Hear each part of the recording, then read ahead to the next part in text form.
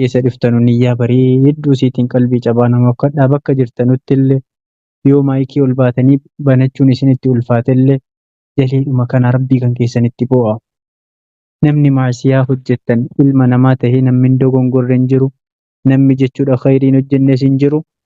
Gisee dogongora hojjennee jennu gaafa shayxaanni nu mo'atee nafsiyyaan kan keenya bakka hin taanee nu mo'atee jedhu akkuma sana dhiifama rabbii keenya gaafachuudhaan illee akka rabbi irraan faga'an.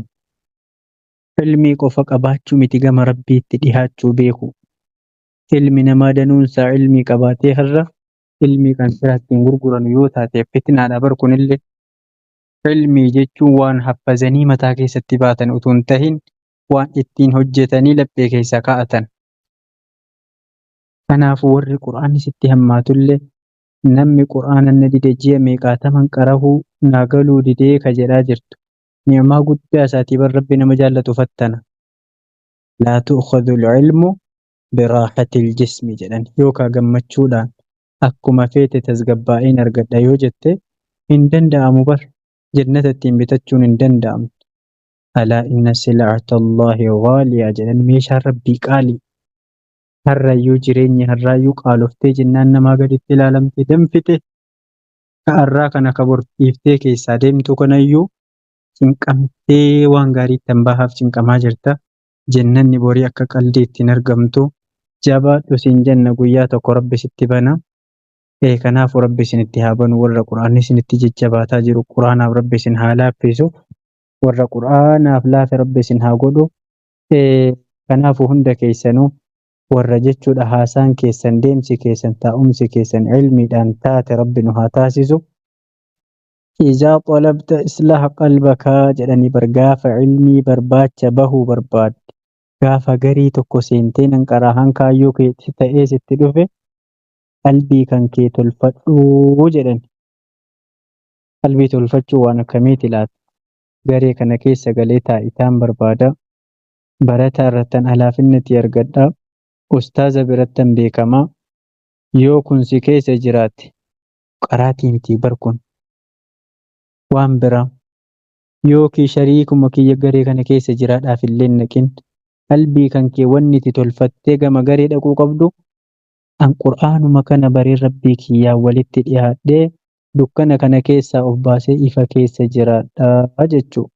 Fasta'iin alayhi bihifzi lisaanika rabbii kan kee of gargaarsifadhuuti arraba kan keetii waan gaarii dubbadhuu gaafa jechuudha achi keessa jiraattu. Yoo qaraatiin isinitti jabaatellee isin hawwii qabaattanii gaafa achi keessa jiraattan wallaahi innumtinuu mataa isaatti qaraatiidha. Rabbi isin haa gargaaru.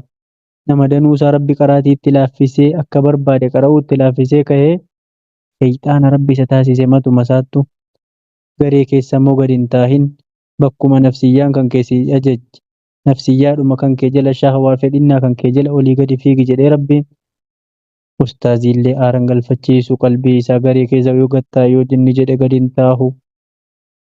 Yoo inni ijoollee kana naa bulleeffachiisi jedheen bulleeffachiisu. Dhiira haa ta'u shamara. Gaduma bu'eetuma yaana'u hundisaatu. Amma ilma namaatti yaanuftanu utuu rabbii keessanitti yaanuftanii hundi keessanuu qaata nama ciccimaa taatanii bar. Ilmi namaa kun amma halkan taa'ee silkii kana haasa'u. Amma haasaa faayidaa hin qabne keessoo kana waraana geggeessu utuu rabbii ofiitti qanii 3-4 ol boo'e wallaahi guyyaa meeqa keessa jijjiiramtaa baratti. Jamaa rabbii gama gaafa silkiin kan kee dide gaafa jechuudha dhukkubni tokko si dhukkubee cuggaarraan sitti kahe waan qaamni kan kee jibbee dhukkubsate sana ni beeyta. Daftee irraa fagaatta gaafa ati du'aa'ii gama rabbiitti ol boossee quraanni si didee yoo du'aa'ii kadhatte si dhagahamu didu maaliif akkas rabbiin kiyya narti dallane laata? Badii kiyya isa kamiif laata jennee of fattashummaa nutti jabeesse rabbi. Walaw fattashta utuu jechuudha nafsiyyaa kan kee kana fattashte waan danuusaa ofirraa argita. Aybii namaa laaluu caalaa dara aybii keenyatti deddeebinee ofaa fattashu. Bareeduma malkii keenyaa caala gurraachummaan qalbii kan keenyaadha qalbiin gogiinsii kan keenya. Yeroo har'aadhaa yeroo nama du'e viidiyoo waraabanii irratti kolfan yeroo nama qabaraatuma viidiyoo wal waraaban maaliif jennaan zabana fitnaan dhiyaate duuti ilma namaa kun wamaa namatti hin fakkaatu, ati waan borduutu sitti hin fakkaatu. Yeroo jechuudha qaamni ilma namaadha, dhiigni ilma namaa kun amma bishaanii namatti hin dhagahamne keessa jirra bara. Isa kanaafuu Rabbi qalbii keenya nuuf haa jiisu, imaana Rabbi nuuf haa kennu, sabaata sabri Rabbi nutti haa kennu. Hundi keessanuu gama Rabbii keessanii jajjabaadha. Duniyaan kun yookaan guyyuma tokko sirkaa baddi yookaan akkuma har'a irra caalaan namaa bu'aa jiru. Wama guyyaa tokko namni sibiloo keessirraa geggeessu. Ilma namaa amanuu caala Haaliqaa kan kee amanii isaa waliin jiraadhu. Saatii dheeraa ilma namaa haa wajjin haasa'uu caala quraana Rabbii wajjinii namni sitti hin gayyaramne quraana malee hin jiru bara. Ilmi namaa kun faayidaadhaaf si waliin jiraata. Ammati malkii bareeda qabdutti, ammati jechuudha yookaan giidoo qabdutti waan sirraa barbaadu sana ammuma sirraa fixutti. Rahmaanuu kan keemu ammati waliin jiraattee waliin sitti siqaa deema. Maaliif Haaliqa kan keenyatti siquun nutti jabaate laata? Gama Rabbii keenya Rabbi nu haa deebisu. Nafsiyyaa keenya nafsiyyaa tasgabbooftuu ka diinii fi duniyaan wal bira kaahamtee isatti kennamte Rabbi nu haa taasisu. Akkasii isin hin jenna walitti deebina yoo Rabbi nu laaffise. Ahmaddiin ibnu maalii jettan? Ahmaddiin ibnu Hasan. Dhiifama guddaa isaa isin irratti dheeressuu kiyyaafillee ayyoo isaan hin jirre isinitti hin godha. Waliif deebina inshaallah. Ahmaddiin ibnu Hasan ka jechuudha porofaayila makiinaa irra kaa'attanii jirtan. Jirtanii bira. Lakkoofsa 8 irra. Assalaamu alaikum warahmatullahi wabarakatuh. Ustaazii. Waalaikum assalaam warahmatullahi wabarakatuh. Maali yaa ustaazii raftaniis maal jechuudha? Laa hin rafne wooma kaaba barreessaa jirra malee inshaallah sani afwan yoo itti fuftaniin fadheeti garuu ammaas callisuu garaa dadhabeetiin dubbadhan jettu dhugaa rabbi. Ayyee amma ikki gara keessan deebisuun hawwe gaama du'aa'ii nama danuu san nu bira jira yaa ustaaza keenya qaaliif gaarii. Inshaallah xiqqoo anuma amma ni jira malee kitaaba irraa amma ol ka'ee xiqqasho inshaallah salaataa deemuna dubbiftee afwanii yoo isiniif hin mijjatute inshaallah raqama anillee galgala kana bara asirratti dubbadhee ture garuu gammachuu ta'ee santuun ol baase waan asirratti gartee haasa'amaa jiru inshaallah rabbi isin haa gammachiisu rabbi isin irraa illee haa qeebalu rabbi isin irraa haa jaallatu inshaallah. Ayyee rakkoon qabu inshaallah rabbi isin haa milkeessu rabbi isin haa gammachiisu. Akkasii umrii keessa rabbi nuuf haa dheeressu. Amma jiraatta warra ibaadaa irra jiraatu rabbi nu haa taasisu. Kabaraa fi birriin hin jijjiiramne warra jechuudha ilmii haqiiqaa sana irra jiraatu rabbi nu haa taasisu. Dubartoota as keessa jirtu. Waan namni jechuudha durooma siif hawwu. Waan namni jechuudha qabeenyaa fi yookaan malkii gaarii siif hawwu caala quraana siif hawwina quraana rabbi siif haa kennu. Nuti qabeenya gurguddaa miti kan nuti siif kadhannu quraana sana rabbi si keessaa haa kaawwatu. Jireenya kan kee boriif illee faayidaadha. Ilmaan kan keetiif faayidaadha. Rabbi quraana kana sitti haa kennu. Namni quraana qabu waan dhabeen qabu rabbi si bira haa kaawwatu. Akkasii hunda keessanuu nama haatiniif abbaan katmii si balleessite rabbi si hin taasisin. Nama danuusii haatiniif abbaan bultii jiraarraa cufanii aboo atillee aaran galfatin jedhaniituma niphitti godhanii mucaan isa kanaas inni sinuma haasofti inni kun biloo keetuma bada isa kanaan isinuma haasofti biloo keetuma bada. Nama danuusaa namni jechuudha akkuma kanaan itti dhufe abboon tala isa kanatti ammoo natti dhufe ammoo gurbicha isa kana natti dhufe maaliif jennaan gaafa haatiniif abbaan karaa sitti cufan Haaliqni kan kee gaaraa si taate yaa'ee biyya lafaa kanarraa namni guutuun si jibbaa bara. Maaliin namni kun na jibbee nutti haa dhaga'amu obboleessa keenya obboleettii keenya. Haaliqa kiyya na taate haa eedimu na jaallateetimu. Gaafa jechuudha fuulli ilma namaa kun sirraa qayyaramu utuuti waan takka namarra naajomin utuuti waan takka namaan hin jedhin maatii kiyyaan ni tuqamee jiramoo rabbii kiyya maaliin sitti balleessee jennaan jedhi gama rabbii keetii deebi. Halkan kana eega taa'uu rabbi sitti laaffise silaa rafiitii dhabdan halkan kana taa'uu hiimoon gubataa bulti ati yaadaan gubataa bulta. Eegan lamaan dhabne salaataa halkan takka alama sagadii gama rabbii keetii ol boo'i. Hayyee Fariyaa. السلام عليكم ورحمة الله وبركاته أستاذي. Waalaikum assalaam wa rahmatullahi wa barakaatu. Barsiisaa deemu maaliifi Mahammaduun biyyaatti dawwalu mataa dhukkubsaa. Isiin gizee garee keessa dhuftu mataan nama ciii nama jedha bara al tokko tokko. Akka kiyyaa kana yoo ta'e al tokko tokko maayikiidhuma utuma inni beekanuu maayikii biraa qabatanii deemuun namatti dhufu. Isiin jaallattee miti madaamiin ni iyyisiifti. Namichoonni ni iyyisiisa. Eessaan firiya taatu isiin nama diinqa keessa jiraatu. Kanaafuu atis jaallattee miti har'a booda rabbi waan akka kanaa sirraa qayyiree bultii ati itti tasgabbooftee itti gammaddee jiraattu rabbi siif haa taasisu. Warra immoo waan itti gammaddan qabdan yeroo dheeraa isaa waliin isin jiraachisee jannata al-firdawsii waliin rabbi isin haa badhaasu. Asirra waliin jiraattanii jannata keessatti waliin jiraachuu qooda keessa rabbi haa godhu. Abbaa manaa sirraan kan biraa laal abboo qaallitti isin kun kana hirratte akkasii jechuu miti. Qaallittiin kiyya wama hirratte hin qabdu rabbi jireenya gaarii waliin na haa jiraachisu waa hunda rabbi natti haa kennu ka jedhu rabbi haa taasisu. Obboleettii keenya jechuudha kan isaa wal dhabdee jirtummoo gidduu keessa walii galtee kaa'ee jibbaa gidduu keessan kaa'ame gidduu keessanii fuudhee jaalala gidduu keessan rabbi haa kaa'u. Nama danuusii waggaa meeqaatam dhaabbattee itti ergitee mana ijaarrattee kaatee ofii isiitii bakkee galte haadhaaf abbaa biratti galte namichoodha ijaarte. Namichoon kan biraasa biyyi isii biyya keessaa fuudhee waliin jiraate. Isiin giidoo isiitti namne birri isiitti namne haadha ofiin kaddamanne abbaa ofiin kaddamanne.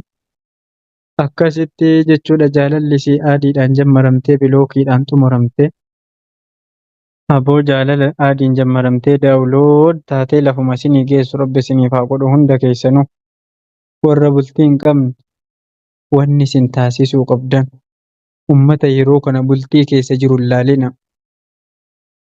Wanni isin laaluu qabdan hadiisa rasuulaa qur'aana irra waan jiru malee dubartii gizee ammaa gizee laalan wallaahi bultiitti galuu miti.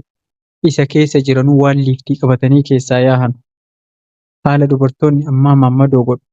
Haala maammadoon ammaa dubartii godhaa jiru gaafa laalan namtichoon gaafa isiin danfitee achi asitti ergitu inni as taa'ee caatii 500 qaama isa jireenyi ganaa waan namatti ta'u hin beekin. Gaafa isiin jechuudha itti ergitee birrii isii ofii jijjiirama dhabde isiin illee bilookiidhaan isa geggeessitee kan biraa jammarti. Namni inni kaanillee isa kana laalee bultii godhachuun baay'ee nama jibbisiisaa bara.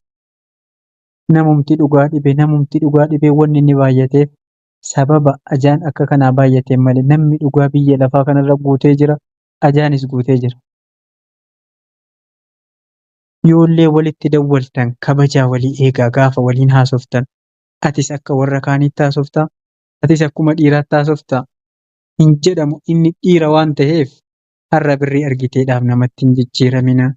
Kabaja abbaan manaa keetii sirraa barbaadu eegiif fedhu haduuriyyoom fedhu nama rabbiin beeku haa ta'u fedhu nama rabbii wallaalu haa ta'u gaafa ati kabaja isaa eegdee jette jallataadhuma akkamii isumaati duuriyyeedhaan salaatuu jettu dhufee qajeeluu danda'a bar.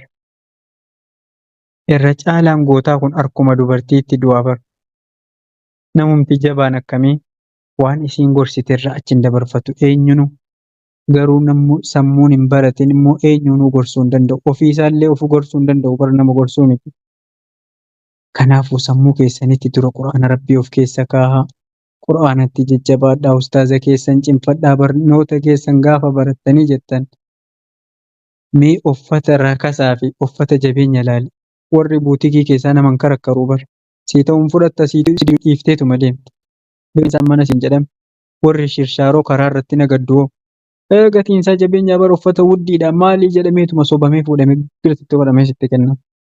Akka sana ta'uu qabdanii warra uffata buutikii keessaa nagadan san ati gaafa ati achi keessatti qaalii of gootee achi keessa teessee barnoota kan kee barattu namatu ofiin dhufee si barbaada. Gaafa ati ofii keetii irra deddeemtee barbaaddee gizee hunda nama jala deemtu utuma ati barbaaddu inni bilookiidhaan si dhiiseennis. Sammuu dubartii keessa jarri nama jaallatu caala nama ofii jaraa jaallatan utuu barbaadanuutti kan jara jaallatu dhabanii irra caalaan jaraa kophaatti hafu. akkasii miti kan kee yeroo wagguma 22 gadi 23 gadi bareedda. Utuma yeroo qabduu jabaadhu yeroo keetti fayyadami. Akka har'a jirru kanaan jannata argannaan ni ulfaataa bara. Halkan dhaabbanneemu quraana isa kamiin qaraanee laylii keenya isa kamiin dhaabbannee ibaadaa rabbii isa kamiin gooneet gama rabbii keenya abdataa jirra. Ofaafattashnu hundi keenyayyuu warra salaanni itti jabaataa jiru. Sujuuduu qofaa miti bara akka ispoortii kana oluma kaa'anii gabbuufuu qofa utuu hin ta'in yoo rukuu'ii keessatti sujuudii keessatti wanni jedhamaa jiru addan baafatamin salaataa miti bara. Ispoortii kiristaanii nuuni godhaa jira. Isa kanaafuu salaata irratti haa jajjabaannu. Gaafa salaannee kaan bultii bareedaa, olaa bareedaa, riskii bareedaa, hojii bareeda jettanii gaafa kadhattan rabbiin inuma sitti kennaa bar qabeenyi kun irra caalaansi zabana boodaa wanni sodaadhu jedhanii ergamaan alayhi salaatu wassalaam hiyyummaadhaan jennee bar qabeenyatu isinirra baay'atee anaan walitti isin buusaa anaan wal isin dhabsiisaa yaaddahaa jedhan. Har'a akkam jira laata hundi keenyayyuu silkii 2 baanna uffannaa miiqaatama uffanna caammaa miiqaatam kaa'anna garuummoo qaraatiin nu keessan jiru uffannaa bareedaa kana yookaan kan shari'aa yoo uffannee qaaba fedhe uffannee hijaabaa fi mudawwara uffannu sammuun keenya duwwaa yoo qaraanillee ittiin hojjechuu rabbi nutti jabeesse. Akkas ta'uu hin qabnu ilmiin rabbii kan qansiraatti gurguramtu miti. Kan irbaataan nyaatamee buluu miti bara. Kabor jannata ittiin bitan malee har'a akka ittiin fooloorsii barbaadanuu fi akka iimoo kanarraa nama walitti macaanii ittiin eenyu taanuu miti bara. Guyyaa gaafa inni kaffali namaan jedhame yaa warra birrii 130 fi maaliidhaan namarraa guurtanii kaatan. Gaafa inni kaffali namaan jedhamu iddoon inni fuudhamu ni ulfaata. Gaafa sana kan haadhaaf abbaa keenyattuu dabaluun ni ulfaatti nama ormaa kaffaluu miti. Yaa dubartoota har'a jechuudha utuu haati keenya abbaan keenya hiyyummaan jira mataa dhukkubsu utuu liqiin namaa mataa jira ba'ee jiru taayitaa garee irratti barbaadu ustaaza biratti beekamtii barbaachaaf. Ni jirtanii bara warra akka kanaa danuusa of beeyna wal beeynas akkas ta'uu hin qabnu. Hin qayyaramti guyyaan haadhuma keetiif abbaa kee malee namni sitti hin qayyaramne hin jiru. Jaruma jabeeffadhu. Jaruma du'aayii jara bira barbaadi. Hiyyeessa ollaa kee jirtu bira barbaadi. Taayitaan qilleensa irraa guyyuma tokko bilookiidhaan geggeeffamta. Eessattuu yoo hammam kabajaa qabaattellee kanuma tokko kabajaan kan kee bilookii. Guyyaa akkasii na gargaartee maalii wanni akka kanaan jiru? Eessittii namatti hin qayyaramne ka gaafati qabdus ka gaafati dhabdes sitti hin jijjiiramne ka dalga baattee si guddifte san jabeeffadhu isii rabbi siif haa gargaaru. Umrii isii keessa barakaa siif haa kaa'u. Warra rabbi si jalaa fudhate rawdatun min riyaadil jannaa keessa rabbi isiniif haa kaa'u. Hunda keessanuu ummuu kooppii kanaa miti ummuu orjinaala wayii rabbi isin haa taasisu.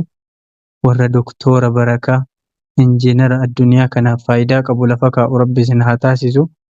Dubartii ilmaanuma xaafii fi boqqolloo fi bishaanii fi midhaan lafarraa fixu qofa sirra kaa'u rabbi isin hin taasisin. Ilmaanuma tiiktooka kanarratti guddatu miti ilmaan quraanaaf hadiisa irratti guddatu rabbi isin itti haa kennu. Mee yoo har'an qara'iin ati tiiktooka kanarratti guddattee silkiidhuma irratti guddatte ilmoon kan keellee gaafa tiiktooka irratti guddate miila sitti diriirfatee taa'ee ka'ii bishaan kennisiin jedha. Aniifatti haadha keenya teenyee bira teenyee yoo kaddamachuu dadhabne bor ilmi kan kee ofii isaatiif deebi'ee si ergata. Ati ergachuu miti isaa si ergata isa kana ofirratti beekadhu. Jabaadhuutii qara ilmi rabbii bara dabarsitee ilmaan kan kee barsiisuudhaaf yoo ofii keetiin beekin ilmaan kiyyan barsiifadhaan hin yaadamu. Waanuma fagoo kun yoo ofii keetii baratte immoo garuu ilmaan kan kee barsiisuu dandeessa. Rabbi isinitti haa kennu hunda keessanuu. Gaafa ati biyyatti galtu injiinara taatee biyya kee galuu akkaawuntuma qofarra waa guutanii galuu miti sammuu irratti quraanaaf hadiisa guuttattanii galuu rabbi qooda keessan haa taasisu. ربنا آتنا في الدنيا حسنة وفي الآخرة حسنة وقنا عذاب النار. biyya Itoophiyaa biyyatti guurratan malee biyya keessaa guurratamu rabbi nu jalaan taasisini. Hundi keenyayyuu bakka jirrutti biyya keenya irraanfachuun nurra hin jiraatu. biyya keenyaa faatii keenya tokkuma maaliif keessa jiraanna wajjin jiraanna waan ta'eef rabbi biyya keenya irraa rakkina nuuf haa kaasu durooma rabbitti nuuf haa qayyaru waliigaltee rabbi gidduu keenya nuuf haa kaa'u isa diigamaa jiru ijaaramee kan dachaadhaan bakka nuuf bu'u rabbi nuuf haa taasisu biyya keenya biyya nagaa biyya aara galfii biyya gammachuu mootummaa nagaa biyya nagaa rabbi nuuf haa godhu aalima biyya isiin itti baay'atte rabbi nuuf haa taasisu dubartiin keenya biyya iqaabaa fi hijaabaan beekamtu rabbi nu haa taasisu hijaaba keessa dhokatanii waa balleessanuu miti ka isa keessatti of dhoysanii ummata waa balleessuu jedhullee ittiin ofirraa eeggatan rabbi nuuf haa taasisu kanaafuu hijaabni waashaa keessatti waa hatamu jedhama barama ummanni kiristaana yookaan ummanni nama hin beeyne hijaaba aniifati kabajaadhaaf har'a uffannu keessa waa hattee deemuuf dubartoota hiqaabaa dhufe jennaan markaatoo meeqaatama kana keessatti wallaahi dubartii aqlee qabdu dubartii meeqaatama kabajaa dhabdi maaliif ummatuma kiristaana haa ta'u yookaan hattuus haa ta'u hiqaaba sana uffatee dhaqee meeqaatama liqeeffatee gara sanan deebihin meeqaatama nama shari'aa fakkaatee birrii gurguddaa fudhatee bada sana keessa dhokatee isa akka kanaa ta'uu hin qabnu nuti ummata amantaa keenyatti kabajaa horu malee amantaa keenya irraa xinneessuun nurra hin jiraatu rabbi sin haa kabaju hunda keessanuu sadarkaa kan kee rabbi haa fuudhu mul'attee kaatee dhokachuu rabbi carraa keen godhin heerumtee galuu rabbi carraa keen godhin achumatti haftee ilmaan babbareedaa isaa oomishuu rabbi carraa keessan haa taasisu guyyuma tokko miidiyaa kanarraa sargii ebeluuti jennaan uffannaa meeqaatama uffannee dhaynee meeqaatama ambaasaaddarii makiinaa kana fuunee gisee dhaynee jennu maal abboo intalli ebeluu tokko gadhiifamuu fi birrii 100 mana ergi gadi si dhiifna abboos akkana rabbi carraa keenya hin taasisini akkasii inshaallah obboleettii bakka qabnu hundatti abbaa manaa keenya abbaa manaa sii biratti arguu malee diinqaa rabaatti achi argachuu rabbi najaa nu haa baasu maaliif jennaan waa'ee haraamii halaalii keessa hin jiru diinquma namaatiin bareeddu obboleettiin keenya manuma ofii keessaa bareeddi mallee obboleettiin qabu alhamdulillah hangafti kiyya heerumte kanarratti dhalatte heerumte sadaffaa isiin qabu qofitteedha inshaallah isiillee rabbi yeroo gabaabduu isii keessa gaafa isiin geessee jette yeroo gabaabduu keessa achumaan heerumtee abbaa manaa isii waliin jiru bareedaanaa jiraachuu rabbi qooda isii haa taasisuufi haadha kiyyallee umrii isii keessa barakaa naaf haa kaa'u dhukkuba irra jiru aafiyaatti rabbi naaf haa qayyaruufi akkasii anallee nama kaddamatee irraa fayyadamu rabbi na haa taasisu waan an dubbadhellee warra isaaf jecha dubbatee isaaf jecha walitti hime walirraa dhagahu rabbi nu haa taasisu waan nuti kadhanne argachuu waan sodaanne salaamaa ba'u rabbi qooda keenya haa taasisu ummatuma as keessa dhufte guyyaa tokko rabbi cinqii hunda sirraa haa cufu argalfiitti rabbi siif haa qayyaru ka hisaabiidhaan mataan kan keessi affanamee jiru kayyoo gacciifte yaaddoo malee argalfiinsi bira dhib ka kolfuudhaa jettee boo wallaahi gaddi mataa kan kee kana si hidhee jiru har'a rabbi dawaa isaatiin rabbi sirraa haa eeku warra aayatal kursiyyii ofitti qara'uun quraana ammuma of keessaa qabu qara'uu rabbi sitti laaffise rabbi si haa godhu nama danuusaa dhukkuba ofii dhoffatee as keessa jiraataa jira utuma jechuudha kolfuu irra keessisaa akkam jirta gaafa namni jedhe bareedduun jira jedhaatuma ka keessoonsaa ibidda caala gubataa jiru abboo rabbi sirraa qayyaree bareeduma rabbi siif haa taasisu kaati of sataruudha jette san dhugaatti rabbi siif haa qayyaruu isiniin jenna akkasii inshaallah ustaazonni yoo jalee kana jiraattan maal jechuudha har'a akkata isaanitti dheerate boo ustaaz dachaas ni jirtanii maamma siriillee kun hodha sagalee na jalaa banachuu dide boo hojii isaa nyaata ummu bilaal maal jettamee harka baasaa turtani harkattii fudhadha yaada qofitti naan kennitanii harka immoo yoo natti kennitan borii rakkattaniifan hin didee bar hojii kana maaliin hojjettu jedheen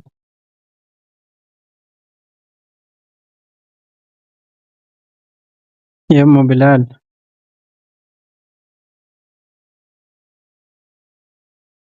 maayikii ofirratti qabe moo nammataa asmaa warahmatullahi wabarakatuh.